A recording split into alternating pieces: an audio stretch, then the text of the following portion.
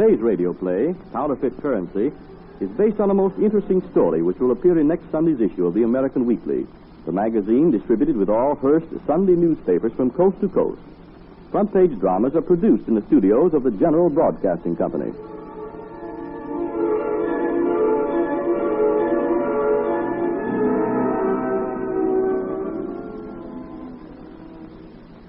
"60 years ago, a newly formed branch of police was assigned to northwestern Canada, a vast unexplored country composed of thousands of miles of wasteland, with instructions to maintain law and order. Ever since, on horseback, on snowshoes, and in dog sleds, they have patrolled their barren kingdom, their distinctive scarlet coats being recognized as symbols of law and justice. That is when and where the famous Royal Canadian Mounted Police made its reputation. Today, the force has grown in numbers, and its work extends to every province of Canada, down to the American border. Come with us to the office of Inspector Lee as he confers with Constable Ralph Owen." Close the door, Owen. Yes, sir. Something especially on the duty, Inspector Lee? Yes. Sit down here. Cigarette? Oh, thanks very much. Owen, do you remember the Eskimo love triangle case out on the territories? No, sir, I'm afraid I don't. Oh. It must have been before my time. I only joined up 3 months ago, sir. Oh, yes, that's right. I was forgetting. Well, this case broke last summer. I can't remember those Eskimo names to save my soul. And if I could, I probably wouldn't pronounce them right. But anyway, it seems a couple of the native boys were quite chummy. They fished and hunted together and even built an ice igloo on the cooperative plan and moved both families in, living as one. Then came trouble? The constable's report on the case seems to bear that out, I must admit. It seems Mr. Eskimo number 2 started playing around with Mrs. Eskimo number 1. Mr. Eskimo number 1 found out about the affair and, without saying anything to either party, took his rifle and went outside the igloo. According to witnesses, for a while he aimed at various objects without firing. Then, when his erstwhile pal came out... He let him have one? Not one, Owen. 2. As he said later, he killed him 2 times. Here and here. Which proves that if you're going to be hung for murder, you might as well do a good job of it. Yes, but you might do it where it would be easier for the members of the force to take you in for it. What do you mean, sir? Well, according to the reports, Constable White had to trek nearly 1,000 miles to arrest Mr. Eskimo number 1. That is a bit of a trudge, isn't it, Inspector? But that's all part of the job. I'd cheerfully do the same thing if I were assigned to it, sir. Would you, Owen? Yes, sir. Would you accept a tough assignment without complaining? Certainly, sir. Good. That's what I wanted to find out. Now, listen closely, Owen. We've just received a call from the provincial police in Montreal asking our help. There's a flood of counterfeit currency being floated in that section. And I'm to stop it? At the source. But where that source is and how long it may take, I can't say. It doesn't make any difference, sir. I'm a member of the force, and I'll get my man. Or woman, Owen. What does the French say? Cherchez la femme. Very well, then, I'll get my woman. With that handsome phiz of yours, I shouldn't be surprised. In fact, that's one of the reasons I picked you out of all the men here in the barracks for this assignment. Thank you, sir. You may not thank me when this little job is over. You wait and see, Inspector. Well, I'm ready for orders. Very well. Constable Owen? Sir? First, take off that brilliant red and blue uniform. Your scarlet jacket would be to your quarry as a red flag in front of a bull. The simile is perfect, sir. Not bad, eh? I thought it fairish myself. Now, I'm to work in civilian clothes? Oh, yes. To continue. Second, you will work in mufti and report your progress directly to me. Yes, sir. Third, pick up the trail where it is hottest, Montreal. Make your headquarters at the Mount Royal Hotel. The Mount Royal Hotel. Yes, sir. I'm practically there.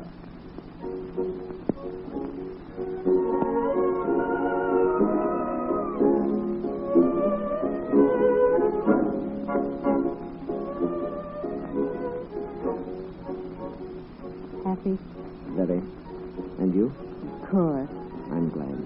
Why? You know. Oh, do you, Ralph? Tell me again. I love you, Val. And I love you. Oh, my dear, I wish I might stay in your arms forever. You're going to. No? As soon as the music stops, we'll separate and go back to our tables. You're forgetting we're dancing at the Mount Royal Hotel. We're in Montreal, not heaven. Montreal is heaven to me when I have you in my arms. Flatterer. I'm nothing of the kind. I mean that. And you know it. Strange, isn't it? What's that? You and I only met a few short days ago, and we're already talking about love. Talking about it? Experiencing it, I mean. Oh, I don't see anything strange about that, darling. I think it's most natural and wonderful. Wonderful, anyway. Ralph, Yes, darling?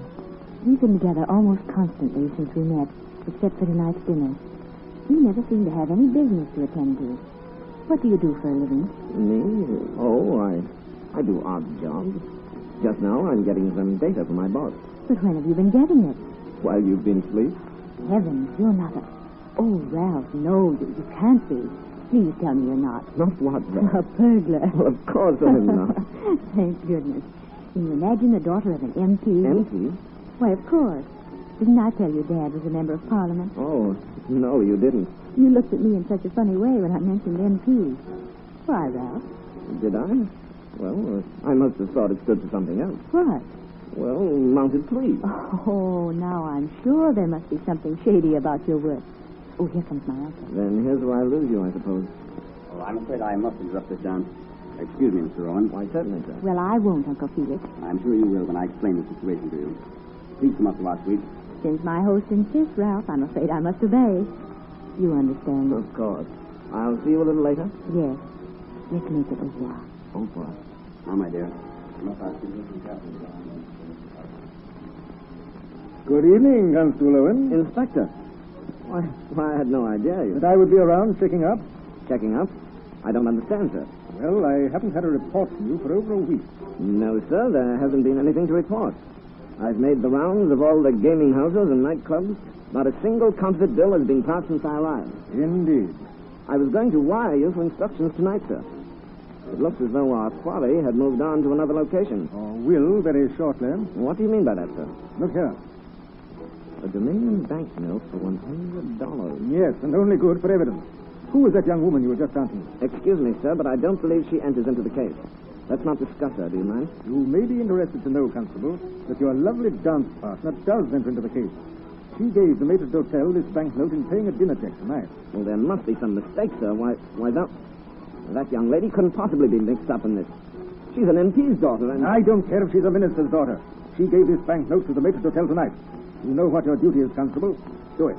You mean I'm to arrest Val? If you discover she's mixed up enough in this, after you've questioned her... Question her? Well, why, of course. And I know she'll be able to explain where she got this counterfeit note. I'm sure she will. You think she's one of the counterfeiters, Inspector? All right. I'll prove to you she isn't. Where's our house phone? Oh, there's one. Come along. Room 516, please. We'll have this cleared up in a jiffy. What's that? Well, they must answer. The party just went up there. I'm afraid this is going to take longer than a jiffy, my boy. Let's get up there, Inspector. There's something odd about this. Going up, please. This car going up. Fifth floor, right away. Fifth floor, yes, sir. Well, then, now you won't mind discussing the lady. Who is she? And who is that man who interrupted your dance? She's Valerie Hastings from Ottawa. The man is her uncle, Felix Manning. Occupation? I don't know, sir. Of course not. Never occurred to you to investigate beyond Miss Harding's pretty face. Fifth floor, please. What's your step? This way, Inspector. So her father's an MP, eh? Yes, sir. Couldn't stand for master printer by any chance? Oh, no, sir. I'm sure of that. Here's 516. Now we'll see.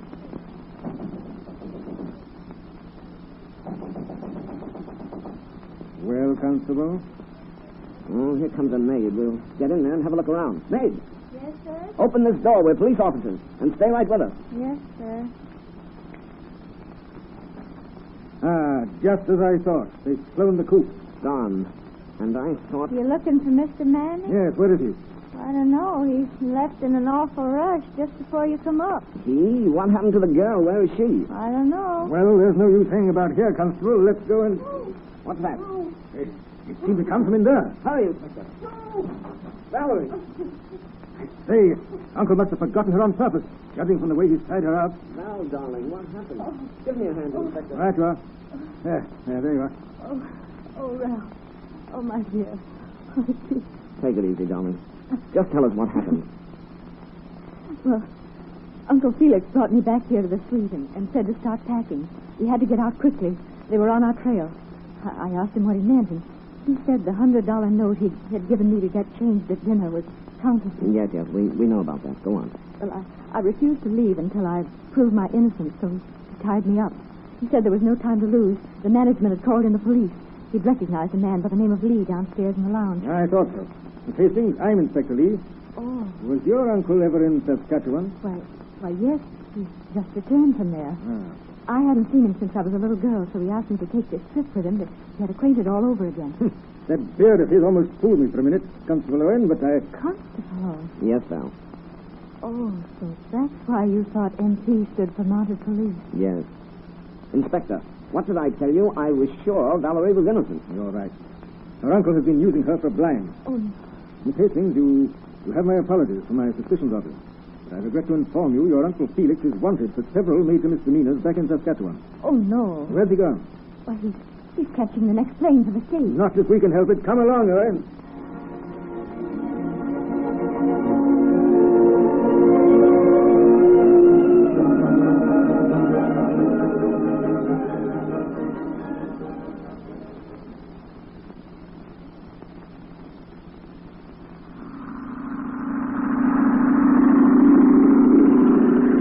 We've missed him by a matter of seconds. Oh, well, I guess the only thing to do now is to wire New York. Val's uncle must have seen us drive up here to the landing field. He may leave the plane at the first stop. I've got a better plan. What is it? Here, come back here. Hey there, you can't come in. I'm Constable Owen of the Royal Canadian Mounted. Oh, that's different. Radiophone that pilot to turn around and land his plane. He's got a fugitive aboard. Oh, RN-72. RN-72. Stand by, new orders. Stand by, new orders. Turn back and land.